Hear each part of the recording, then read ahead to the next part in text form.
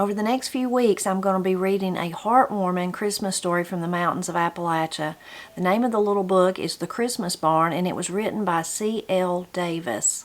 I crouched close to the ground, watching the woolly worm crawl over the planks that covered the well. It scrunched itself up and arched its back toward the sky, then stretched out so it could move a little further. It looked like an awful lot of work and made me glad that I had legs to help me get around. I took a deep breath and blew on it to help it go faster, but that only made it stop and stay where it was. I tried again, watching my breath as it fogged up in the cold air. This time the worm curled up into a ball, making it look like a marble that had sprouted whiskers. The door opened and Mama called out, "Roxy!" I picked up a pine needle and poked at the woolly worm, but it pretended that I wasn't there. "Stupid worm, I'm just trying to help you. Don't pretend you can't hear me." Mama called out again, "Roxy, can you hear me?" "Yeah, Mama." "Are you filling that bucket or did you fall in the well?" "I'm getting it now, Mama." For as long as I can remember, fetching water was one of my chores and the one that I've always hated the most. I've lost count, but I'm sure that I'd carried at least 1,000,000 buckets full by the time I reached my 5th year. "Well, hurry up," shouted Mama. "I need to be starting supper. Is Frank out there?" "No, Mama. I think he's in the barn." "Send him in. I need his help." "I will. And don't stay out there too long. You'll freeze." The door closed and I heard the latch fasten. Mama always needed extra help from Frank when our papa was gone. Frank was the oldest. Then there were my sisters, Frankie and Inez. That put me 4th in pecking order. After me was Ruby, and John was the baby. He was almost 4 years old then, but everybody still called him Baby John. At least everybody but me. I called him John. I'd always thought it sounded funny and sometimes wondered if they would still call him Baby John after he was all grown up. I picked up a maple leaf that was stuck between 2 of the planks and scooped up the woolly worm. I carried it over to the woodshed and put it on the ground. "You'll be safe here. If you get wet, you'll freeze up and stay a fuzzy ball of ice until the spring thaw." I went back to the well and reached for the pump handle. The rusty iron felt like ice in my hand. I began to pump, waiting for the water to work its way out of the ground. The summer had been long and hot, and Papa said that a bad summer would mean a bad winter. All the signs sure made it look that way. The mules' and cows' hair was thicker than usual. Tree bark was heaviest on the north side. Even the woolly worm had a heavy coat. Papa said it was nature's way of protecting them, but he reckoned that us people had to rely on our own good sense to survive the winter. As the bucket filled and flowed over the top, I saw Frank walking up from the barn. He wore his heavy coat and a red knitted cap that hid most of his thick brown hair. Hair so thick that some people wondered how he ever got a comb through it. Frank was strong and tall, the spitting image of Papa. There were about a dozen girls at our school besides my sisters and me, and all of them were just crazy about Frank. One of them even wrote him a love letter. It said, "As sure as the rat runs across the rafter, you're the boy that I am after." Inez found the letter and read it aloud. Everybody laughed until tears ran down their faces. That is, everybody except for Frank. He just stood there with his face turning red, almost as red as the cap he was wearing now. I called out to him, "Mama's looking for you." He walked toward me, brushing a bit of straw off of his coat sleeve. "What does she want?" Whenever I saw a chance to get somebody else to fetch the water bucket, I jumped to it like lightning. "She wants you to bring her this water." Frank started to speak, then stopped for a moment and brushed off another fleck of straw. "If she wants me to, then I reckon I'll have to do it." He reached for the handle, then dipped his hand into the bucket, scooped it full of the icy water, and splashed it right into my face. The cold water made me take in such a breath that I thought my lungs would burst. Frank flashed a grin. "Serves you right for trying to trick your big brother." He ran for the cabin with me right behind him, splashing water on my legs as I ran. "Wait till I get my hands on you, Frank Dockery." Inez read aloud to us as Mama cooked supper. John interrupted as he was known to do. "When will Papa get home?" he asked for the third time in 10 minutes. "He'll be here directly," Mama answered as she kneaded the bread dough. "He went to the church to pick up the mail." Frankie picked up John and plopped him down in the rocker, trying to give Mama some peace. "Now don't ask Mama again," Frankie scolded. "She's trying to fix supper. Sit there and let Inez finish the story." John was always excited when Papa went to get the mail, and so were the rest of us. We only got our mail once a month. The post office was in Murphy, and that was nearly 20 miles away. Since we couldn't always make the trip, a man named Andy Haas would bring the mail to the church on the third Saturday of each month. That was only 5 miles away. Daddy Haas, that's what all of us kids called him, owned the rolling store. It was a big wagon that was pulled by 2 brown mules. He sold things like cloth, pots, pants, and a few fancy things that nobody could really afford to waste their money on, things like hand lotion and chewing gum. We all thought the world of Daddy Haas. He was a tall man with a thick red beard, and he always had a big smile on his face. Most of the time, he would be whistling a tune or telling a funny story. Mama always said that we were lucky to have Daddy Haas, that if it wasn't for him, she'd feel like we were living on the moon. If he didn't have what you needed in his wagon, he'd bring it to you on his next trip. That was important, because people like us who lived in the North Carolina mountains only went to a big town like Murphy a few times a year. Every fall, Mama and Papa would load our wagon with jars of honey, sacks of seed corn, and dried apples. They'd sell them to Mr. Shackelford, the man who owned the store in Murphy. Then just as quick as they got the money, they'd turn around and spend part of it on things that we couldn't make or grow ourselves, like salt and kerosene. 1 or 2 of us young'uns always got to go with them on that trip, but the rest of us had to stay home. In the spring, Papa would go into town by himself to pay taxes. Nobody wanted to go with him on that trip, not even Mama, 'cause Papa would cuss and say awful things. Mama would stay at home and read from the Bible, I reckon so as to even things out with the Lord. Then a few days before Christmas, Mama and Papa would make another trip. That would be coming up real soon, 'cause today was December the 18th and the holiday was on its way. I would start wishing for Christmas as soon as we finished the Thanksgiving turkey, and I'd talk about it nonstop until it finally arrived. Mama would say, "Roxy, there's no use trying to rush Christmas. It'll get here when it gets here, and there's nothing you can do to make it come any sooner." Deep down inside, I knew that she was right, but it sure didn't make the waiting any easier. After all, Christmas only came once a year, and it was the one day that I could always count on being special. There was always lots of good food and some presents. Mama and Papa would give each of us a few sticks of store-bought candy. If it was a real good year, maybe there would be a storybook for all of us to share or something of that sort. Those things were nice, but most important, Christmas meant that Grandpa George and Grandma Vic would be coming for a visit. They were always there on Christmas night, fussing over me, my brothers, and my sisters. Then, when I couldn't keep my eyes open for another minute, my Grandma Vic would always be there to say, "Night-night, my little Roxy." Having them in our house was what made Christmas special to me. They would be here in 7 short days, and I could hardly wait. "When will Papa get home?" John asked again. Mama let out a sigh. "Frankie, would you take the baby up the loft and keep him quiet?" "Yes, Mama. Come on, baby John." Frankie pulled John over to the ladder, and they headed up to the loft. That's where us young'uns slept. Frank on one side and us girls on the other. Under the loft was a room for Mama and Papa, and John slept there. Then there was the big room where we cooked, ate, worked, and did everything that wasn't sleeping. There was a long table with 8 chairs around it. 2 more chairs rested against the wall. They were for when we had company, but we didn't have company that often. At one end of the room was Mama's cook stove.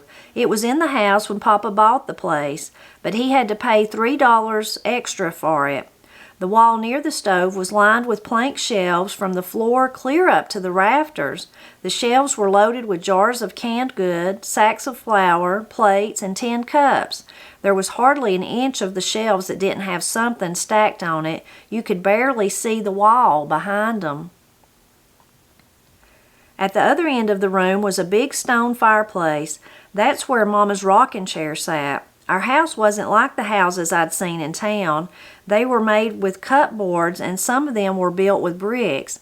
Our house was made out of thick logs that were cut down square, then stacked one on top of another, with mud in between each log. It was what they called a hand-hewn log house. All the houses up in the mountains were made like that. Papa didn't build our house. It had been there so long, we didn't even know who built it. But before us, a German man from Pennsylvania lived there. He built our barn and most of the outbuildings. Mama put the bread dough on top of the wood stove to rise, then turned to me. "Roxy, I need another bucket of water." Frank chuckled, and I gave him a burning look that could fry eggs. "Ruby, you go to the spring house and bring up the butter pail." I got the water bucket, and Ruby and I put on our coats, and we headed out the door. When we were outside, Ruby said, "I'll get the water this time if you want me to, and you can go to the spring house." The spring house was down near the creek, a good piece from the house. "No, that's all right. I'm used to it." I kept walking and then realized that Ruby had stopped. I turned around. "What's the matter?" "It's getting dark, and I don't want to go by myself," Ruby whined with her feet firmly planted. "Why not, Ruby?" "I'm scared." "Scared of what?" I asked, but I already knew the answer. "Panthers." She looked down at the ground embarrassed. "You don't need to be scared of panthers. Remember what Papa says, panthers are more scared of people than people are of them." I turned and started to walk away, but Ruby grabbed me by the back of my coat. Mama's panther wasn't scared. As much as I hated to admit it, she was right. We'd both heard Mama and Papa tell the story hundreds of times. Before I was born, when Frank and Frankie were just babies, my folks lived about 40 miles from Murphy near Tellico Plains, Tennessee.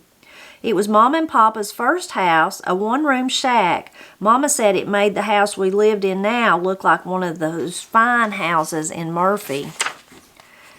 That November, Papa had butchered a hog. The weather was cold and the meat wouldn't spoil before it could be salted down and stored until it was needed.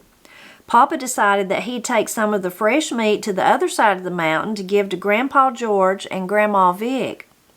He'd have to be gone overnight since it was a far piece to travel. Mama and the babies would have to be left alone. Papa asked Mama if she'd be all right by herself, without her big, strong man there to protect her. "Course I will, Bass," Mama said. "Now get out of here so I can get back to my work." Mama sent Papa on his way. She had to stay home and work at getting the hog ready for the smokehouse and grinding up parts to make sausage and such. Nothing was left to waste. Even the hog's guts were used to make soap. Soap you use to wash your clothes, your dishes, and yourself too. Mama put the hog guts on the roof of the cabin to keep the dogs away from them until it was time to make the soap. Then she went inside. A bit after nightfall, she heard what she thought was a woman screaming. She ran out onto the porch to see who it might be.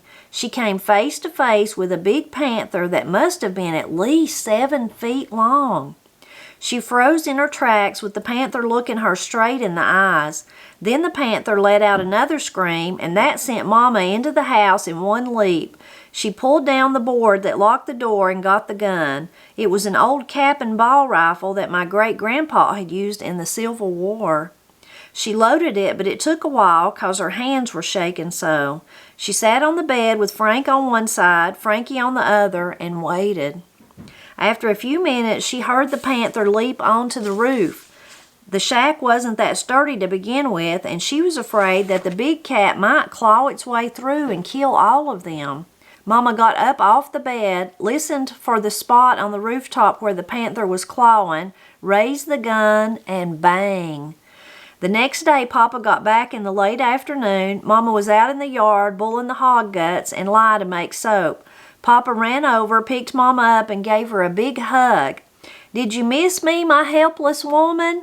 Did you get on fine without your big strong man here to protect you?" Mama said, "Put me down. There's no time for that. We've got work to do. I've got to finish making the soap, and you've got to fix that hole in the roof before it rains." Papa looked at her and said, "What hole? I don't remember there being a hole up there." "Well, climb up that ladder and see for yourself." Just when Papa reached the top rung of the ladder, he saw the panther laying there on its belly. He didn't know that it was dead. He let out a yelp, fell off the ladder, and hit the ground with a thud. Mama walked over to where he had landed and looked down at him. "While you're up there, my big strong man, why don't you drag down that old panther I shot? I'd do it myself, but I'm just a helpless woman." Papa loved to tell that story, and whenever he told it, he'd always say, "After that, I've never worried about leaving Callie Dockery on her own again, but I do pity anything, man or beast, that might get in her way." "Ruby, that's just one of Mama's stories. Mama tells us lots of stories," I said as I turned to walk away. I didn't go more than a couple of steps before Ruby yelled out, "It ain't just a story, it's a true story. Now are you going to go with me or not?" I kept walking as I said, "Not." The next thing I knew, Ruby jumped on my back and almost knocked me to the ground.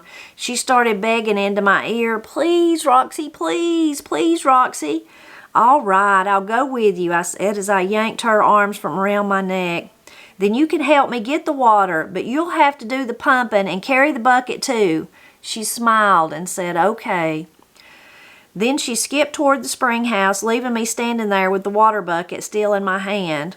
Ruby was 2 years younger than me, but almost as big. She had thick blonde hair that framed her round face and bright blue eyes that danced and sparkled when she laughed. She had a sprinkle of freckles across her nose, not too many, just enough to make it interesting. Most people said that we looked almost alike, and I reckon it was so, except Ruby had straight hair and mine had a bit of a curl. One time when I was almost 8 years old, Ruby and me were playing in the backyard after Sunday service. A woman that we'd never seen before came up and started talking to Mama. She said that she thought Ruby and me were two of the prettiest young'uns that she had ever seen. Mama looked at us and said, "Y'all go over there and play. I'll be along directly." We walked away and sat on a tree stump. Ruby and me stayed real quiet, and both of us looked down at the ground trying to pretend that we weren't listening. That woman kept talking a mile a minute, and when she said, "Why, that one ought to be in the movie pictures," Ruby and me looked up quick as two whips, but she had already dropped her pointing finger. After we left the church and headed for home, Ruby caught up with me and asked, "Who do you reckon that woman was a-talking about?" I picked up my speed and left her behind as I answered, "I reckon she was talking about me." Ruby huffed at me and hardly talked to me for the rest of the week. I reckon it was kind of hateful of me to get her riled up that way, but I have to admit that it was awful fun. And it worked every time. Whenever we'd get into a fuss, I used to say, "That woman at the church said that I was the prettiest." Of course, it would make Mama madder than it did Ruby. Mama would say, "That woman said nothing of the sort, and you ought not to say such things, Roxy. You ain't got no need to be so vain." After that, I'd just whisper it to Ruby every now and then, but I'd pretend I didn't say a thing when she'd run to tell Mama, though I reckon Mama knew. Mama always seemed to know what was and what wasn't. When we got to the spring house, Ruby looked over her shoulder. "Now don't leave till I come out." "Don't worry, I won't." She started to open the door, then stopped. "What if there's a panther in there or a bear?" "Don't be such a scaredy cat. Just go in and get the butter." "But it'll be dark in there. Get it for me, Roxy, please." I rolled my eyes, let out a groan, and did it myself just to get the whole thing over with. As I opened the door, Ruby added, "Just don't tell Mama." The spring house was a small shed that was partly in the ground and partly above. The half that was buried was made out of rock. So was the floor. The top part was wood. There were 6 log steps that led down to the door. When that door opened, there was another door. It was like a shed inside of a shed. Water from an underground spring flowed through a pipe that stuck out of one of the walls. The water passed through and drained out the other side, making its way down to the creek. The water was always the same, summer and winter. It was icy cold, but would never freeze.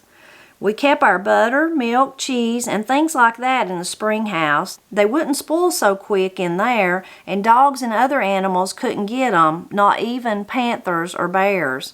I came out of the spring house, closing both doors behind me.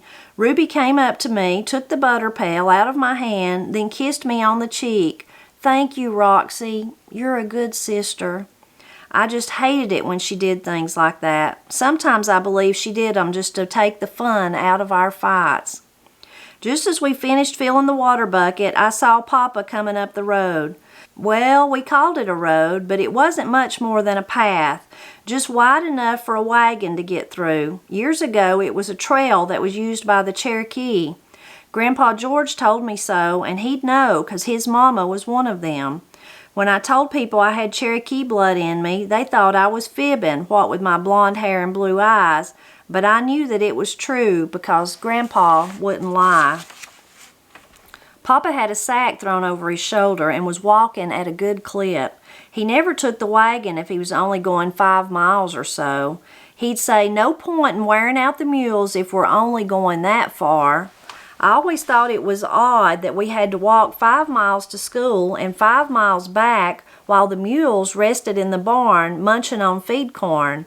I sometimes envied those mules. "Papa's home," Ruby hollered when she spotted him. She dropped the butter pail on the ground and ran down the road to meet him. "Wait, Ruby, don't forget the butter." When she reached him, she leaped up into the air, throwing her arms around his neck and her legs around his waist. He caught her with his free arm and spun around twice as she hugged him. The door opened and Mama called out, "Roxy, where's that water?" "I'm coming, Mama. Papa's home." Ruby ran down to meet him, but she forgot to get the... "Well, hurry up then. I don't want to stand here talking all night. I'm letting all the heat out." She went back inside, closing the door behind her. I let out a groan as I picked up the water bucket and the butter pail and headed for the house. I stopped to look back at Papa. Ruby was still wrapped around him, getting a free ride to the warmth of the house. As I stood there watching them pass by, it made me think of those mules again, all safe and cozy in the barn. Then I made up my mind that I wasn't going to budge an inch until things got evened out somehow.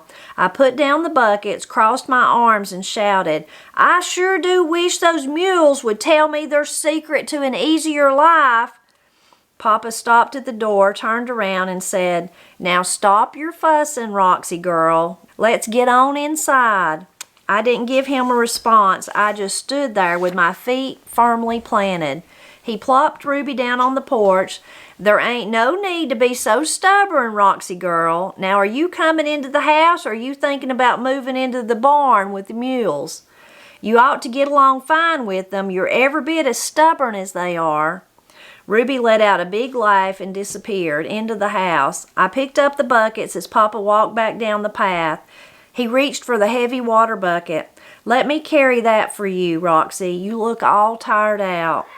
"Thank you, Papa," I said as I released the handle. "You work too hard, Roxy. You ought to take time to rest every once in a while. You look like you're about to fall asleep on your feet." "Sometimes I think that I might," I said as we headed for the doorway. Papa stopped and said, "Maybe this'll wake you up." He dipped his fingers into the bucket, flung a bit of the cold water in my face, and ran into the house. He let out a laugh and yelled, "Help me, Callie! Roxy's after me!" I ran right behind him, laughing and shouting, "Papa, you're as bad as Frank. Now I know where he gets it." By the time we started supper, I'd forgiven Ruby. That was always the way. I'd get mad at her, but I couldn't stay mad long. After all, she was my little sister, and as much as I hated to admit it, I loved her. Supper was good that night, but everything Mama made was good. Papa used to say that he only married Mama for her cooking. Mama would shoot him a look, then he'd say something like, "Well, her cooking and her housekeeping, and her cooking and her sewing, her cooking and that sweet face of hers." By that time, Mama would always blush and smile. I'd always smile too. We always talked when we had supper time, sometimes 8 conversations at once. But tonight, Papa had control of the conversation. When it was time to pick up the mail, he saw people that we didn't see for the rest of the month, like the ones who didn't want to go to church on Sunday or those who lived too far up in the mountains to make it regularly. Papa was filled up with the news that night. He sat there telling us who'd been sick, who's getting married, and those sorts of things. Then he said, "Daddy was there." That was what my papa called his papa, our Grandpa George, and he's looking forward to coming over for Christmas. I felt a tingle shoot up my spine as soon as those words came out of his mouth, and I started tapping my toes up and down on the floorboards. Mama asked, "What's that racket?" I grabbed my knees so I could stop my legs from jumping up and down and said, "Nothing, Mama." Then Papa gave us the news from Murphy. Andy Haas says we're supposed to be in for a snowstorm. Says they expect it to be a bad one. Might start any time now. We hadn't had any snow yet, and the news got us youngins excited. We always look forward to the first snowfall. I was looking at the sky when I came back from the church, and I think he might be right. After supper, Papa sent Frank and Frankie out to get some firewood. Inez usually washed the dishes, and I dried them, but tonight Mama said, "Ruby, you'll dry the dishes since you were too afraid to go to the spring house and made Roxy do it for you." Ruby quickly jumped in. "You told!" Mama handed her a dish rag. "Roxy didn't say nary a word. Now get to work." It's like I said, Mama always knew what was and what wasn't. When the dishes were washed and the fire was blazing, Papa brought out the sack of mail. We all gathered round him to see what might have come. Lots of times there was no mail at all, for months and months, but this time we could see that sack was holding quite a load. First, Papa pulled out a letter. He handed it over to Inez. It wasn't for her, but she loved to read. She never had much to say on her own, but if it was somebody else's words, she loved to read them aloud. Mama used to say, "Inez could read the words right off the page, so there's nothing left but plain white paper." Besides, Papa couldn't read anyhow. He only went to school for a few weeks in his whole life. Then he had to go to work to help his family. Inez looked at the front of the letter. "It's from Aunt Tiny." Aunt Tiny was one of Mama's sisters. They called her that because she was so small. She was a grown woman, but not much bigger than me and Ruby. She lived 60 miles away in Tennessee, and we only saw her about once a year. "Well, open it so we can hear what she has to say," Papa said as he put the sack on the table beside him. Inez carefully tore open the envelope and pulled out what was inside. "It's a Christmas card." She held it up for all of us to see. On the front was a picture of a pine tree with snow on it, except the snow wasn't painted on, it was glued there and looked like the real thing. It sparkled in the light of the fire. Inez opened the card and read what was written inside. "Wishing you the happiest of times during this Christmas season, all my love, Tiny." Inez closed the card. The first part was printed in the card, but Aunt Tiny wrote the all my love part. Papa took the card. "It's real nice to hear from Tiny." Mama took the card from Papa. "I think it'll look pretty up here on the fireboard." We all looked up at the card for a moment until John interrupted as he was known to do. "What else is in the sack?" Papa pulled out another letter and gave it to Inez. She was sitting on the floor in front of Mama's rocker. Mama looked down at the envelope and let out a gasp. Then she flopped back down in her rocker, the light from the fire reflected in the tears welling up in her eyes. Frankie stood up. "What's the matter, Mama?" Inez looked at Frankie. "It's from Aunt Floss." Aunt Floss was another of Mama's sisters. She had left the mountains 6 years ago, and nobody had heard from her since. Some people said they thought she must have died. Now it was apparent that she was very much alive. I was glad to hear it, 'cause she was my favorite aunt, even though I hadn't seen her since I was 6 years old. Frankie sat down on the floor. "Open it up." As Inez tore open the envelope, none of us made a sound, not even John, as he wasn't known to do. Mama leaned over Inez's shoulder, reading along with her as Inez read the letter out loud. "Dear Callie, I hope this letter finds you well and fine. I know I ought to have written you before now, but time just seems to get away from us. James and I have settled down near the town of Chillicothe in Ohio, but it's a good-sized town with a lot of people, bigger than Murphy, and a far cry from the mountain where we were raised. James bought a small farmhouse with a little plot of land. It's not much, but big enough to plant a garden, and there are a few fruit trees. The house needed a lot of work, but it was all that we could afford. James paid cash for it. We consider ourselves lucky that we found it and were able to get it before the Depression hit. James gets some work now and then with a man who builds houses, but there ain't a whole lot of houses being built these days. I've been working in a store that sells dresses and hats and such. There are enough families here that haven't been wiped out by the Depression to keep the store going. James didn't want me to take the job, but I sat him down and gave him a good talking to. I told him that his pride was going to make us starve to death. Finally, he saw that it was the right thing to do. People have to take anything they can get in these hard times. James says to tell Bass that he can't wait to come back for a visit so they can swap lies and trade nickels. Tell all the young'uns that I send my love. I'll be sending a package next week. It ought to reach you before Christmas. It's something that I thought would be perfect for... Mama snatched the letter out of Inez's hands. "Here, let me finish that. It's something that I thought would be perfect for making quilts." "It's quilting scraps." Inez looked at Mama. "But Mama, that ain't what it..." Mama cut her off. "Don't interrupt me while I'm reading. Do you understand, Inez?" "Oh, yeah, Mama, sorry." Mama continued reading. "I hope your Christmas will be a good one and that you will have a happy 1931. I will write to you again soon. Your loving sister, Floss." Mama folded the letter and held it close to her heart. Papa was looking at Mama with a little smile on his face. "I'm glad to hear that she's all right, Callie." "So am I, Bass. So am I." We all sat there silent for a moment until John blurted out, "What's the Depression?"